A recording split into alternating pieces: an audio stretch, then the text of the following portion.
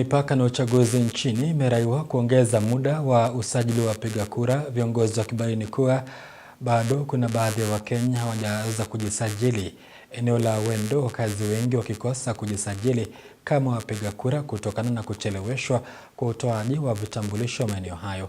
Aidha, wanaharakati wameonya dhidi ya kuendeleza kampeni za mapema wanazosema ndizo chanzo cha vurugu. Mary Kyalo na taarifa zaidi.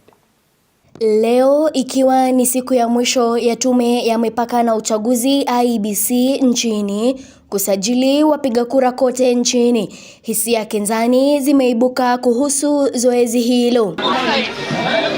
Baadhi ya viongozi wa chama cha UDA wakiitaka tume hii ya IEBC kuongeza muda wa kuwasajili wapiga kura, wakisema kuwa bado kuna idadi kubwa ya Wakenya walio na vitambulisho na hawajajisajili kama wapiga kura. We need to go and mop and mobilize people who have not registered as voters to register. I know there is another window which will be coming, but we don't want to wait for that window. Let us use the opportunity that is there with us. Na ningeomba Mheshimiwa Rais na tume ya IEBC ijaribu kuongeza muda kidogo ili vijana wetu waendelee kukuwa registered. The target ya kusajili hatujafika because we are at 62% na tumebakisha around 1 or 2 days kumaliza hii nafasi.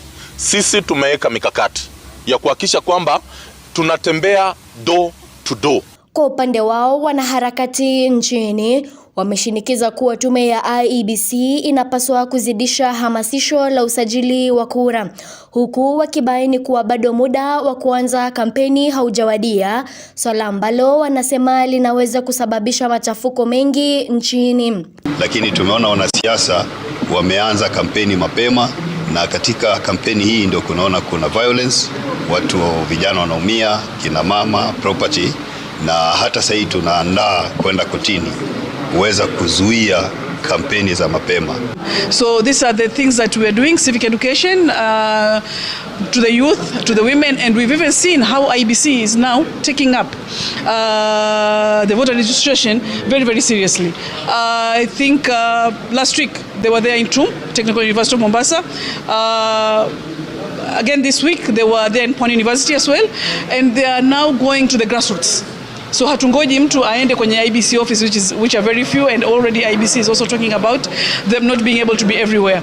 Na katika eneo la Awendo, kaunti ya Migori, wakazi wengi wamekosa kujisajili kama wapiga kura kwa kukosa vitambulisho. Hii ni kulingana na viongozi wa maeneo hayo, wakieleza kuwa kucheleweshwa kwa vitambulisho kumesababisha hayo. We have fared on well on registration of persons. We have been distributing IDs as they come, but then we have had some challenges in the course of registration of persons. The registration officer one time briefed me about the challenges regarding the materials which are used for making IDs, but I think the issue was sorted, and now the process is moving on very smoothly. Kufikia sasa, Wakenya zaidi ya milioni 1.8 wamejisajili kama wapiga kura. Mary Kyalo, Undugu TV.